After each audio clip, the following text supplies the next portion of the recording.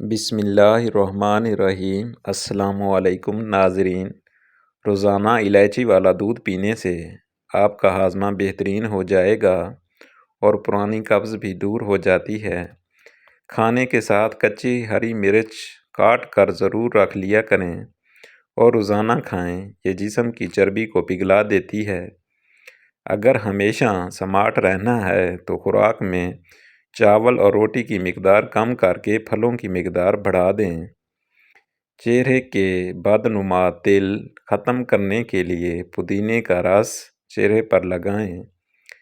پیاز کو کوٹ کر سونگھنے سے سر درد ختم ہوگا۔ چائے پینے سے پیشاب میں یورک ایسڈ کی تعداد بڑھ جائے گی۔ انجیر کھاؤ، جوڑوں کا درد غائب ہو جائے گا۔ امرود پر تھوڑی سی اجوائن لگا کر کھاؤ، سر گھومنا، آنکھوں کے آگے اندھیرا آنا وغیرہ بھی ٹھیک ہو جائیں گے۔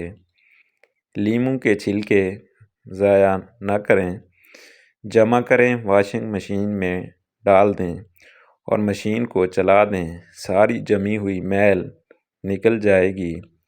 رسول اللہ صلی اللہ علیہ وآلہ وسلم نے سفید بالوں کو اکھیڑنے سے منع فرمایا ہے کیونکہ وہ مومن کا نور ہیں۔ سونے سے قبل نیم گرم پانی پی لینا گردوں کو صاف کر دیتا ہے۔ جس گھر میں سانپ بچے پیدا کر دے وہاں مصیبتیں زیادہ آتی ہیں۔ روزانہ 4 کھجوریں کھا کر کمزوری سے چھٹکارا حاصل کیا جا سکتا ہے۔ شادی میں کیسی بھی رکاوٹ ہو، نماز عشاء کے بعد اول و آخر 11 بار درود شریف اور 1 مرتبہ سورۃ مریم کی تلاوت کرو۔ مقصد پورا ہونے تک یہ عمل ضرور کرو۔ کچا لہسن یا کچا پیاز کھانے سے منہ میں بدبو آنے لگتی ہے۔ ادرک کا ٹکڑا چبا کر کھانے سے انشاءاللہ بدبو ختم ہو جائے گی۔ جن کے پاؤں میں زخم ہو جاتے ہیں وہ روزانہ پھول گوبھی کو کچا استعمال کر لیں، انشاءاللہ زخم ٹھیک ہو جائیں گے۔ قیامت کی چند ہولناک نشانیاں۔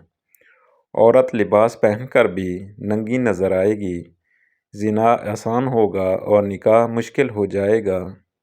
بیوی اپنے شوہر کی نافرمانی کرنے لگے گی۔ عورتیں اپنے بال چھوٹے رکھیں گی۔ لوگ روزہ رکھ کر بھی توڑ دیں گے۔ مرد حضرات عورتوں والا فیشن اپنائیں گے۔ پودینے کا قہوہ بلغم کو ختم کرتا ہے، متلی اور قے کو روکتا ہے۔ کمر کا درد ہو تو جوتا ایڑی والا مت پہنیں بلکہ چھوٹا جوتا پہنیں۔ سونے کے لیے باریک تکیہ رکھیں۔ بیسن کے پکوڑے کھانے سے سارے دن کی جو بدن کی ٹوٹ پھوٹ ہو مرمت ہوتی ہے اور طاقت ملتی ہے۔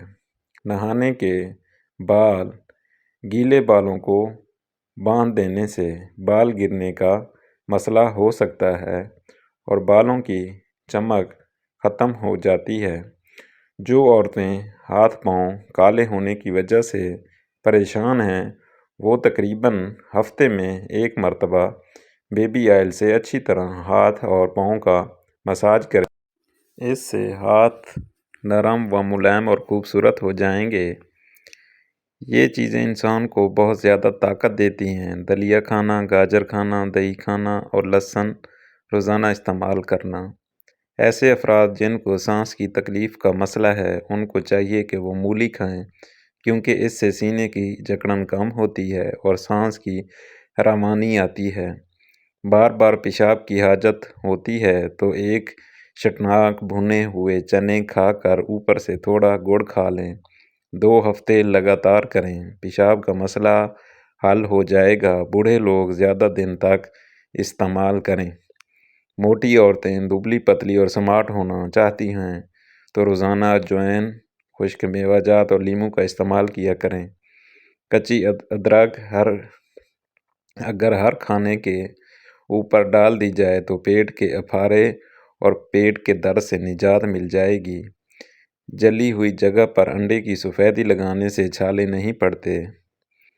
مچھلی کھا کر ٹھنڈے پانی سے غسل کرنے سے فالج پیدا ہوتا ہے۔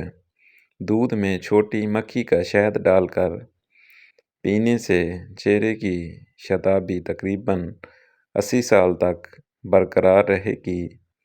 جس عورت کی عمر 35 سال ہو اس کو چاہیے کہ وہ مالٹے کا رس اور چقندر زیادہ سے زیادہ کھا لے۔